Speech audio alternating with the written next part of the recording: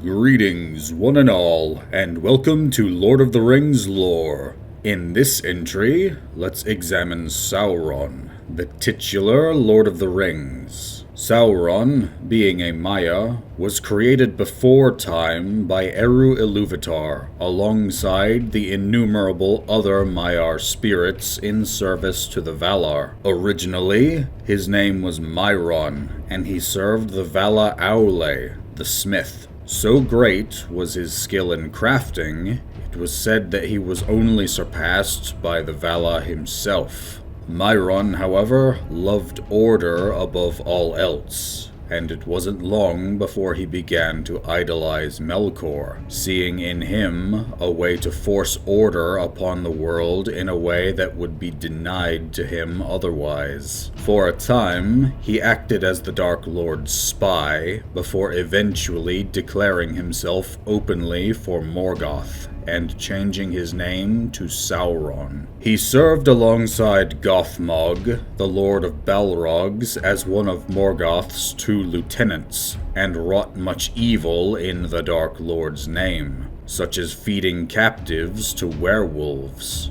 One notable act of his was when he captured a man named Gorlim, who was a companion of Barahir, a man that Morgoth wanted dead. Sauron tortured Gorlim, but to no avail. When pain would not cause Gorlim to reveal Barahir's location, Sauron told Gorlim that he had also captured his wife, and would free the two of them for the information. Gorlim capitulated then, and Sauron cruelly revealed that Gorlim's wife was dead, and had the man killed so that he may join her. When Luthien, the most beautiful of all elves, came to rescue her love Beren from Sauron's fortress of Tol in Gauroth, he beset her with werewolves, wishing to capture her and bring her before his master. But Luthien was accompanied by Huan the Hound, who was prophesied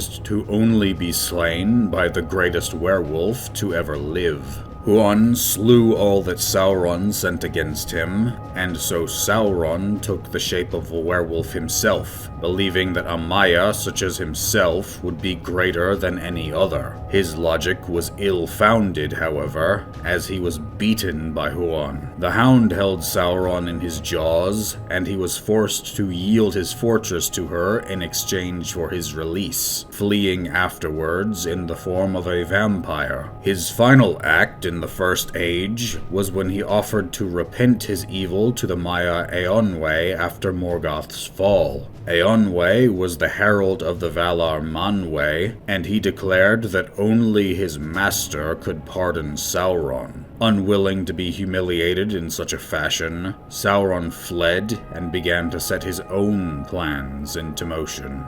He began establishing his realm in Mordor, constructing the fortress of Barad-dûr before taking up the disguise of a fair form and calling himself Anatar, the Lord of Gifts. Many of the more prominent elves, such as Galadriel, did not trust him, having never met any such Maya, and knew that the Valar wished for the elves, aside from the Noldor, to return to Valinor. None perceived who he truly was, though, and eventually he was welcomed into Eregion, a realm of elves of great crafting skill, who interestingly had trade with the dwarves of Khazad-dûm. It was here that Sauron would begin his schemes in earnest. Still under the guise of Anatar, Sauron worked with the elven smith named Celebrimbor, who was eager to learn all that Sauron had to teach. Together, they forged 16 rings of power, which Sauron intended to use to control the leaders of various peoples, and thus bring his desired order about. Celebrimbor was told that these rings would be used to preserve the realms of the peoples of Middle-earth, And this was not a lie. They could indeed be used for such a task, though that was not the primary one for which Sauron envisioned. After these were completed, he departed Eregion and returned to Mordor, where he crafted his one ring to rule them all, pouring much of his own power into this ring, and thus it would give him dominance over any who wore the others. When Sauron put on the One Ring, though, the elves became aware of him and his betrayal and removed theirs, and Sauron discovered that Celebrimbor had crafted 3 more rings of his own. When the elves would not surrender the 19 rings, Sauron declared war on them. Sauron sacked Eregion and took Celebrimbor captive. Under torture, Celebrimbor revealed where he had sent the 16 rings he and Sauron had forged,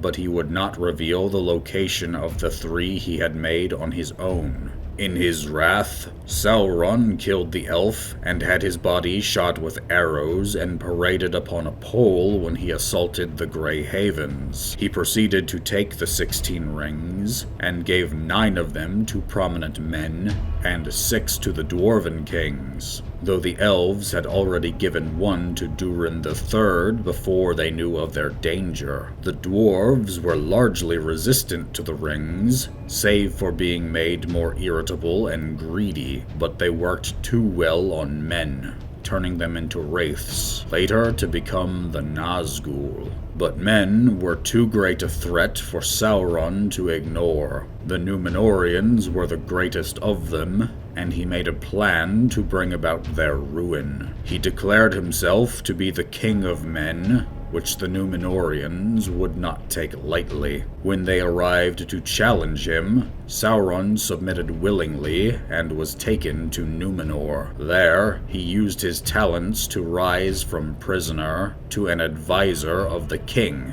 and slowly poisoned his mind. While longer lived than other men, Númenóreans had begun to fear death and desired immortality for themselves. Sauron converted many to the worship of Morgoth, and finally persuaded the aging king that if they took Valinor from the Valar, they could gain the immortality they sought. With a massive fleet, the Númenóreans made for Valinor, and Eru himself intervened, casting them down and sinking the island of Númenor. Sauron himself was slain, though his spirit, at this time, was able to carry the One Ring back to Middle-earth while he rebuilt himself. For death does not carry the same impact for the Valar and Maiar as it does for other races. Bodies for them are almost like clothes they wear to interact with the physical world. But after this, Sauron was never again able to take on a fair form.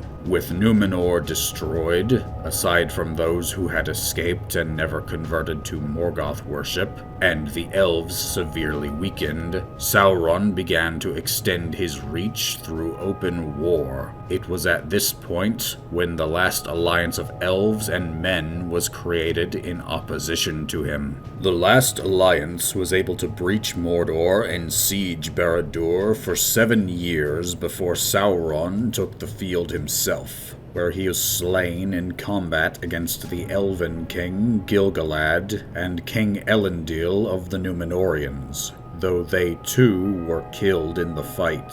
Sauron was deprived of a physical form for a time, though his ring was not destroyed, and that which he created with it, such as Barad-dûr, could also not be destroyed. It was not until 1,000 years later that he could manifest once more. In secret, Sauron's forces constructed the fortress of Dol Guldur in Mirkwood, and evil things were gathered there. It was not known that he was the dark force within the fortress, and was referred to as the Necromancer at this time. It took 2 attempts for Gandalf to investigate the stronghold before he discovered that the necromancer was Sauron. Sauron soon learned that Isildur had been killed in the Gladden Fields, and that his ring had been lost to the river. He had his forces search the area, and for a time, Saruman, the leader of the White Council,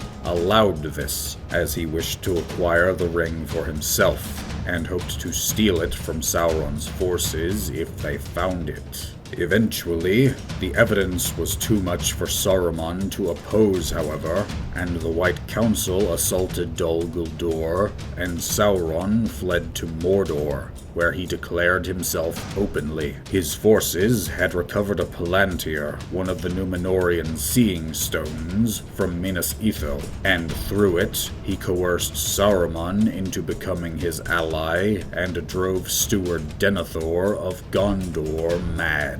As he summoned all evil things to him, Gollum was drawn towards Mordor, having been corrupted by the ring, and was captured. Gollum was tortured until he revealed the words Shire and Baggins, and so Sauron sent his Nazgûl to find the ring. Interestingly, Gollum reported that Sauron was missing a finger, a holdover from when Isildur had removed the ring from his previous incarnation. So Sauron knew that the ring was in the hands of a hobbit, but he knew not what the Free Peoples intended to do with it. He operated under the assumption of what he would have done in their place, and guessed that they meant to deliver it to Gondor, where Aragorn would claim it. After Saruman's defeat, Pippin looked into his seeing stone, and Sauron, believing that Saruman had captured the hobbit with the ring, tortured him through it. Pippin described it as, "Then suddenly he seemed to see me, and he laughed at me. It was cruel. It was like being stabbed with knives. I struggled, but he said, 'Wait a moment. We shall meet again soon. Tell Saruman that this dainty is not for him. I will send for it at once. Do you understand? Say just that.' Soon after, however, Aragorn looked into the stone and declared himself, cementing to Sauron that Isengard had fallen and that Aragorn now held the ring, prompting the Dark Lord to unleash his forces against Minas Tirith. That assault was thwarted, but Sauron still had many forces under his command in Mordor. Aragorn, playing into Sauron's perceptions, led a small force towards the Black Gate, feigning the arrogance of someone who believed that he had mastered the ring and drew Sauron's attention towards him. Never did Sauron suspect that it was the true aim of the Free Peoples to destroy the One Ring. He would never have done such a thing, as if he was in their place, having it be conquered and used by their greatest ruler would have produced the best results. So Sauron sent his orcs and Easterlings to the Black Gate to meet Aragorn's forces, only to realize his error when Frodo claimed the ring at Mount Doom. Only then did he understand his folly, and the Nazgûl rushed to the volcano to claim the ring. But Gollum, in his insatiable desire for the ring, took it from Frodo, and in his jubilation, fell into the fires below and was destroyed with it. And thus Sauron's power was destroyed as well. Sauron's spirit was seen rising from Mordor like a black cloud, reaching out in malice towards the forces of the Free Peoples, but was blown away by a wind and vanished. Sauron had lost the ability to ever again interact with the physical world, as he had tied himself to the One Ring. Unlike his master, Sauron sought not to destroy the world, but to subjugate it. He had not always been evil, but fell to it in his desire to put everything in order. Those who would not comply would be made to serve or be eradicated. But like his master, His greatest strength had become his greatest weakness. What did you think of Sauron, though? Do you prefer him or Morgoth as the true Dark Lord? Leave your thoughts in the comments below, leave a like on this video if you're so inclined, and subscribe to see more. I would like to thank you for watching, and may you all have a weapon in each hand.